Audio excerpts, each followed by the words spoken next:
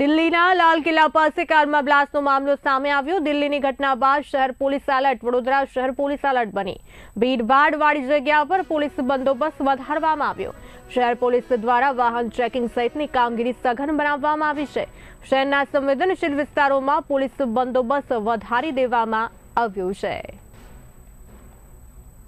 દિલ્હીમાં જે બ્લાસ્ટ થયો છે એના સંદર્ભમાં વડોદરા શહેરમાં પણ ચેકિંગ ચાલી રહ્યું છે। દિલ્હી પોલીસ દ્વારા ત્યાં તપાસ થઈ રહી છે, પરંતુ હાલમાં વડોદરા શહેરમાં મલ્ટિપલ જે ટીમ્સ છે પોલીસની, એમાં સિનિયર અધિકારીઓ, તમામ થાણાના અધિકારીઓ સાથે ક્રાઇમ અને એસઓજીની ટીમ દ્વારા અલગ અલગ જે ભીડભાડવાળા વિસ્તારો છે, જેવા કે રેલવે સ્ટેશન, બસ સ્ટેન્ડ, આ ઉપરાંત એન્ટ્રી એક્ઝિટ અને અગત્યના લોકેશન્સ, મોલ્સ, તે જગ્યાઓએ મલ્ટિપલ ટીમ્સ દ્વારા ચેકિંગ થઈ રહ્યું છે, જેમાં વ્હીકલ ચેકિંગ ખાસ કરવામાં આવી રહ્યું છે અને શંકાસ્પદ સમૂહનું ચેકિંગ કરવામાં આવી રહ્યું છે।